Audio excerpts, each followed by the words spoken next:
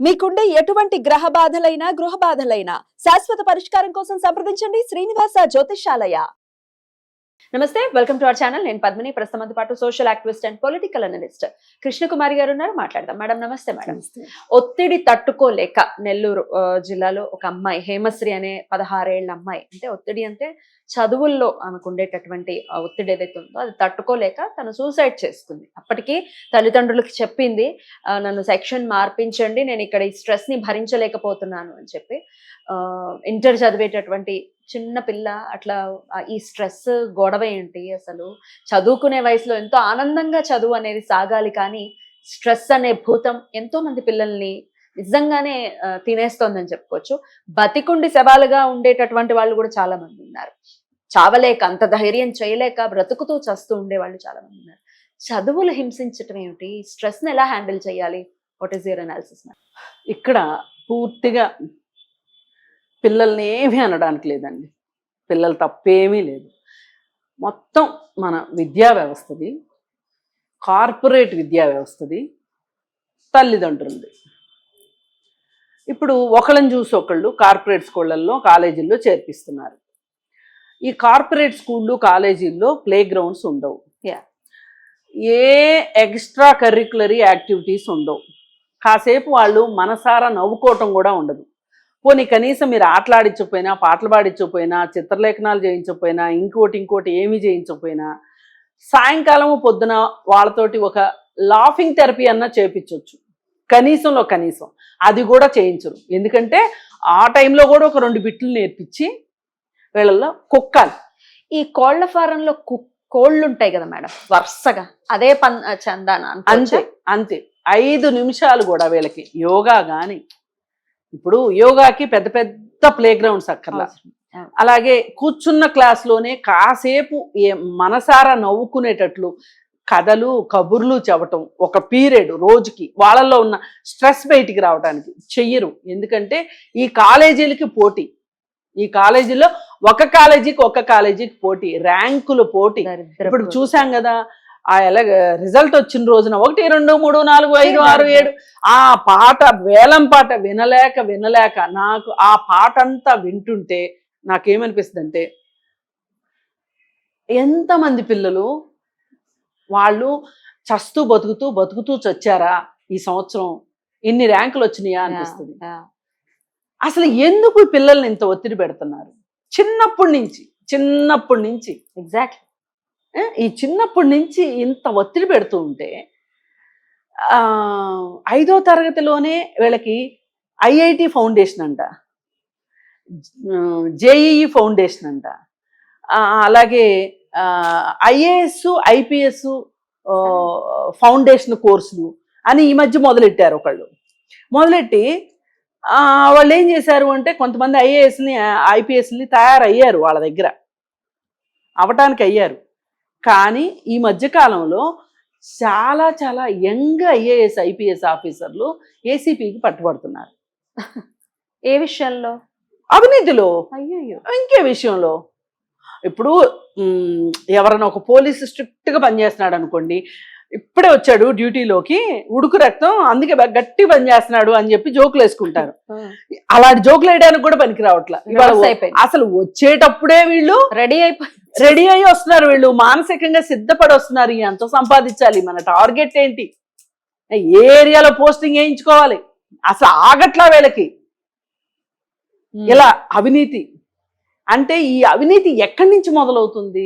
ఈ చదువులో నుంచే మొదలవుతుంది. 5వ తరగతి నుంచి, 5వ తరగతి నుంచే మొదలవుతుంది అవినీతి. వాళ్ళల్లో మనం అసలు ఆడుకోకుండా పాడుకోకుండా కడుపు గట్టుకుని కంటి నిండా నిద్రపోకుండా చదువుతున్నాం కదా, ఈ చదివాక ఏంటి చెయ్యాలి? మనం డబ్బులు సంపాదించాలి. ABCD పరమావధి. ABCD is equal to డబ్బు, E is equal to MC² is equal to డబ్బు, A² + B² is equal to ABC² డబ్బు. నేర్చుకున్న తర్వాత ఆ పిల్లలకి ఏముంటది జీవితంలో? ఈ 10th క్లాస్లో 550 మార్కులు వచ్చినాయి, 560 మార్కులు వచ్చినాయి, 590 మార్కులు వచ్చినాయి అంటే, ఇప్పుడు హేమశ్రీకి 550 మార్కులు వచ్చాయి 10th లో. నేనేం అమ్మాయి తెలివి తక్కువది అనట్లా. ఆ అమ్మాయి చక్కగా ఆడుతూ పాడుతూ చదువుకుంటే 500 మార్కులు వచ్చాయి. చాలవా? 500 మార్కులు చాలవా? ఇప్పుడు ఇంటర్మీడియట్ ఫస్ట్ ఇయర్లో ఎగ్జామ్ రాసిన తర్వాత మార్కులు తక్కువ వచ్చినాయని 5వ 10వ మార్కుల కోసం మళ్ళీ సమ్మర్ హాలిడేస్ని కూడా ఎంజాయ్ చేయకోకుండా మళ్ళీ బెటర్మెంట్ రాస్తున్నారు. ఈ సంవత్సరం మా ఇంటికి రావాల్సిన పిల్లోడు ఇంటర్మీడియట్ ఫస్ట్ ఇయర్ నేను బెటర్మెంట్ రాస్తాను రానమ్మమ్మా అని చెప్పేశాడు సింపుల్గా. సంవత్సరం రావాలి సెలవులకి. అసలు ఇదిగో చిన్నప్పుడు మనం సెలవులు అంటే ఎంత ఆనందం. అసలు ఆ వేసవకాలం సెలవులు ఇచ్చారు అంటే నేను అనుకుంటే మనం ఏమి వెనకబడిపోవాలా జీవితాల్లో. ఇప్పుడు వీళ్ళు ఎంత ముందు పడతారో. నేనేమి అభివృద్ధికి అడ్డు చెప్పాలని కాదు నా ఉద్దేశం. అసలు ఆడుకోకుండా పాడుకోకుండా చదువు ఏంటమ్మా? అసలు స్ట్రెస్ ని హ్యాండిల్ చేయలేని ఒక లైఫ్ అభివృద్ధికి ఎట్లా పోలుస్తుంది? ఎట్లా ఇది ఫస్ట్ మెయిన్ బేస్మెంటే లేదు అసలు. మొత్తం ఏం పునాదులు లేకోకుండా 40 అంతస్తులు 50 అంతస్తులు కట్టేస్తున్నారు వీళ్ళు. ఆకాశ హార్మ్యాలు కడుతున్నారు, కోలుతున్నాయి. ఏది ఏమైనా ఆ పాప ఇలా ప్రతి ఆత్మహత్య జరిగినప్పుడు ఏమనిపిస్తుంది అంటే మనకి ఇదే ఆఖరిది అవ్వాలి అని మాట్లాడుకుంటాం ఇప్పుడు. మనం ఏం నేర్చుకోవాలి మేడం? పేరెంట్స్ ఏం నేర్చుకోవాలంటే పేరెంట్స్ పిల్లల్ని ఒకప్పుడు గవర్నమెంట్ జూనియర్ కాలేజీలు ఉండేవి. ఇవాళ గవర్నమెంట్ జూనియర్ కాలేజీలు ఎక్కడా లేవు. మూతపడ్డాయి మేడం. మూతపడ్డాయి అంటే ఏదో నడుస్తున్నాయి అంటే నడుస్తున్నాయి. ఎవ్వరూ పంపట్ల గవర్నమెంట్ కాలేజీలకి, గవర్నమెంట్ జూనియర్ కాలేజీలకి, గవర్నమెంట్ స్కూళ్ళకి పంపట్ల. ఉద్యోగాలు రావు అనే అంటే చదువు బాగా రాదు అని వీళ్ళు అనుకుంటున్నారు. కాదు, ఇదివరకు అంతా అసలు మాట్లాడితే గవర్నమెంట్ స్కూల్లో నిజంగా ట్రైన్ అయిన టీచర్లు ఉంటారు. డిఎస్సి రాసి పరీక్షలు పాస్ అయిన టీచర్లు ఉంటారు. వాళ్ళు క్లాసులు తీసుకుంటారా లేదా అనేది సెకండరీ. ఇప్పుడు తీసుకుంటారా లేదా అనేది ఆ స్కూల్ హెడ్ మాస్టర్ని బట్టో లేకపోతే ఆ పిల్లల తల్లిదండ్రులను బట్టో ఉంటది. ఇప్పుడు మనం స్కూలు పంపించేసాం అంతా ఆడదే బాధ్యత, గవర్నమెంట్ స్కూల్ పెట్టింది గవర్నమెంట్దే బాధ్యత అంటే కాదు. అవసరమైతే పేరెంట్స్ కూడా పట్టించుకోవాలి. పేరెంట్ టీచర్స్ కమిటీలు ఉంటాయి, ఆ కమిటీల్లో పేరెంట్స్ ఖచ్చితంగా ఉండాలి. నామకే వాస్తే కమిటీలు లాగా కాకుండా ఉండి అసలు గవర్నమెంట్ స్కూల్లో జూనియర్ కాలేజీల్లో చదువుకున్న పిల్లలు ఒకప్పుడు ఐఏఎస్ ఆఫీసర్లు ఐపీఎస్ ఆఫీసర్లు ఎక్కడి నుంచి వచ్చారు? ఇంజనీర్లు ఎక్కడి నుంచి వచ్చారు? డాక్టర్లు ఎక్కడి నుంచి వచ్చారు? గవర్నమెంట్ స్కూల్ నుంచే. ఇప్పుడు నాకు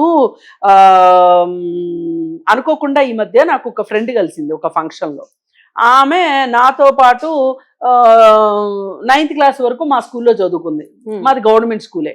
అయితే స్కూల్లో చదువుకుంటే తను అప్పుడే బాగా ఇంటెలిజెంట్ గా ఉండేది. ఎంత ఉండేది మీ టైంలో స్ట్రెంగ్త్ గవర్నమెంట్ స్కూళ్ళలో కాలేజెస్? బాగుండేది స్ట్రెంగ్త్. మా క్లాస్ లో మాకు ఏ సెక్షన్ బి సెక్షన్ 2 సెక్షన్లు ఉండే 60-60 మంది పిల్లలు ఉండేవాళ్ళు 10th క్లాస్ లో. అయితే మధుబాల అని నా ఫ్రెండ్ అనమాట. మేము అప్పుడే అనుకునేవాళ్ళం తిను చాలా ఇంటెలిజెంట్, చాలా బాగా చదువుతుంది, చాలా సీరియస్ గా చదివేది. ఎంత ఆడుకున్నా పాడుకున్నా చాలా సీరియస్ గా చదివేది అనమాట. అయితే తను ఇప్పుడు మిదాని అని ఇక్కడ ఒక గవర్నమెంట్ ఇన్స్టిట్యూషన్ ఉంది సంతోష్ నగర్ లో. దానిలో అకౌంట్స్ హెడ్ గా ప్రమోషన్ వచ్చింది. మొత్తం మిదాని ఇండస్ట్రీకి అకౌంట్స్ హెడ్ అంటే not a joke. Government under అది? గవర్నమెంట్ది, సెంట్రల్ గవర్నమెంట్ మిదాని. అయితే పేపర్లో తన ఫోటో వేశారు. నాకు కలిసిన తర్వాత 10 రోజులకే జరిగింది ఇది. ఎంత సంతోషం వేసింది. ఏం తనేమి ఇప్పుడున్న శ్రీ చైతన్య నారాయణ స్కూల్స్ ఏం కాదు. తను గవర్నమెంట్ స్కూల్లో చదువుకుంది. మరి హైట్స్కి వెళ్ళాలి అనుకుంటే మనలో ఉంటుంది. అలాగే మన తల్లిదండ్రుల్లో ఉంటది, మన టీచర్లలో ఉంటది, ఇవన్నీ ఉంటాయి. కానీ ఈ కోళ్ళఫారాల్లో అయితే ఉంటది అని ఈ దేశ భవిష్యత్తు, పిల్లల భవిష్యత్తు కోళ్ళఫారాల్లో నిర్ణయించడం మటుకు చాలా దురదృష్టకరము. ఇంకొక ఇట్లాంటిది జరగటానికి వీల్లేదు.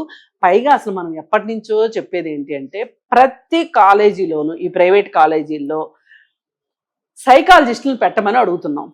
ఎందుకంటే టీచర్ గమనిస్తుంది, అంత గమనించకుండా ఏం ఉండరు. ఒక పిల్ల ఎందుకో మూడీగా ఉంటుంది, ఓ పిల్ల పార్టిసిపేట్ చేయట్లేదు, ఓ పిల్ల బాధగా ఉంటుంది అనిపించినప్పుడు ఆమె పిలిచి మాట్లాడి తన వల్ల కాకపోతే కౌన్సిలర్ దగ్గరికి పంపిస్తే, సైకాలజిస్ట్ దగ్గరికి ఆమె మాట్లాడి ఒకవేళ ఆమెకి ఆ పిల్లకి ఇష్టం లేని గ్రూప్ ఇప్పించారేమో తల్లిదండ్రులు, మార్పించవచ్చు. లేదు ఒక్క 2 ఏళ్ళు ఎలాగోలా కష్టపడి చదువమ్మా, నీకు బాగుంటది, భవిష్యత్తు బాగుంటది అని ఆమెను మార్చొచ్చు. ఆ పిల్లనకైనా ఎక్స్ప్లెయిన్ చెయ్యొచ్చు. లేదు ఆ పిల్ల కన్విన్స్ కాకపోతే సెక్షన్ అయినా మార్పించవచ్చు. అసలు ఎంత హ్యూమిలియేషన్ ఉంటదంటేనండి, సోమవారం ఎగ్జామ్ ఉంటది, ఆ పెట్టి చచ్చే ఎగ్జామ్ ఏదో శనివారం పెడితే ఆదివారం వాళ్ళు ప్రశాంతంగా ఒక్క రోజన్నా ఊపిరి పీల్చుకుంటారు కదా. సోమవారం ఎగ్జామ్ ఉంటది, ఆదివారం రోజు ఎవరన్నా పిల్లలు, నేను ఫంక్షన్కి వెళ్తే ఆ ఫంక్షన్కి ఇంటర్మీడియట్ చదివే పిల్ల రాలా. ఏంటి అంటే రేపు ఎగ్జామ్ ఉందండి అందుకే తీసుకురాలేదు.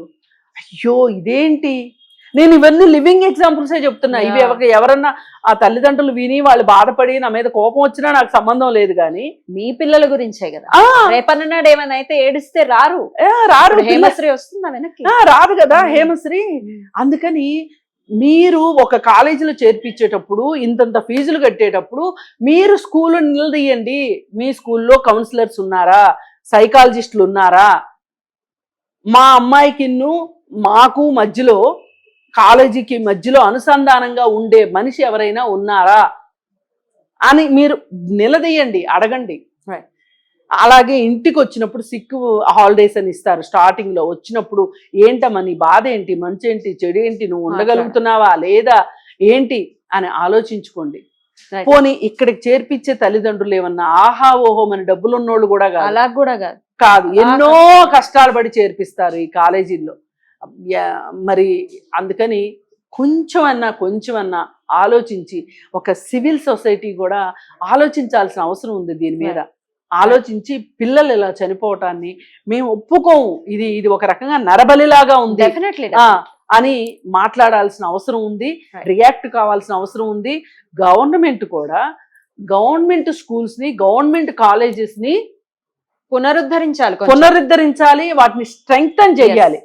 ఈ అమ్మఒడులు ఇవన్నీ ఇచ్చే బదులు ఆ డబ్బులతోటి గవర్నమెంట్ స్కూల్స్ ని, గవర్నమెంట్ కాలేజెస్ ని స్ట్రెంగ్తన్ చేశారనుకోండి, పిల్లలు వాటికి వెళ్తారు కదా.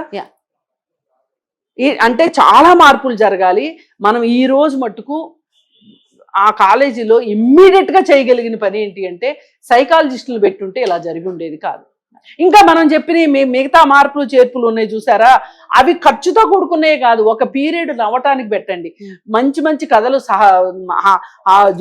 పిల్లలతోనే ఒక మంచి జోక్ చెప్పండి అని పిల్లల్నే అడగొచ్చు. అవును, అవన్నీ ఉండే. నేను ఎక్కడన్నా క్లాసులు చెప్తే నేను అదే చేస్తా. మీరేమైనా చెప్పదలుచుకున్నారో చెప్పండి.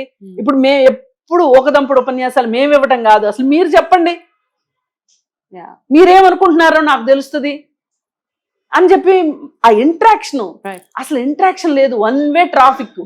ఇది పోయిన రోజునే ఈ విద్యార్థులు సంతోషంగా ఉంటారు.